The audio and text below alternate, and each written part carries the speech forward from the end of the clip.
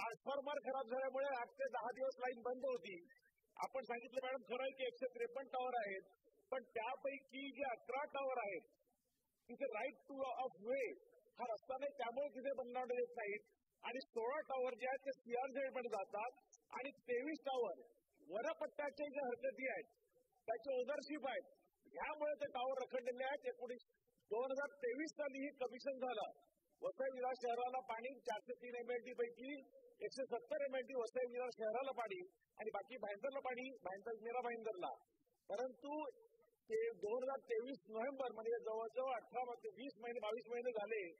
इथे काम अतिशय संथगतीने चालू आहे. मी पारेषणचे म्हणजे संजीव कुमार साहेबांनाही भेटलो आणि MMRDचे मुखर्जी साहेबांनी भेटलो. पण ज्या जोरात काम चालू व्हायला पाहिजे होते तेवढं चालू झालं नाही.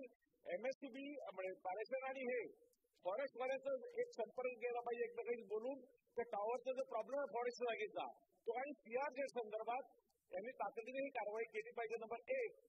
त्याचबरोबर तिथे मी मागणी केली होती की जनरेटरची एक व्यवस्था जो 12 कोटी रुपये खर्च होतो त्या जनरेटरला वसई विरार महापालिका महिन्याला 5 ते 6 कोटी रुपये पाण्याचे MMRDला अदा करते.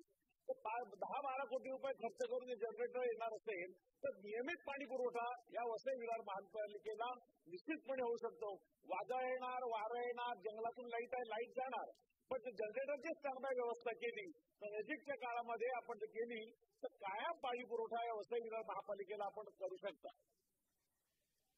अध्यक्ष महोदय, या ठिकाणी वन विभागाची परवानगी आपल्याला एप्रिल 2024 मध्येच मिळालेली आहे आणि सीआरझेडची सुद्धा परवानगी आपल्याला 3/6/2025 मध्ये मिळालेली आहे. त्यामुळे हे काम लवकरात लवकर होईल आणि जनरेटरची व्यवस्था पाण्यासाठी करण्याची आपण जी सूचना केलेली आहे त्यावर विभागाची चर्चा करून निश्चित त्यावर निर्णय करण्यात येईल.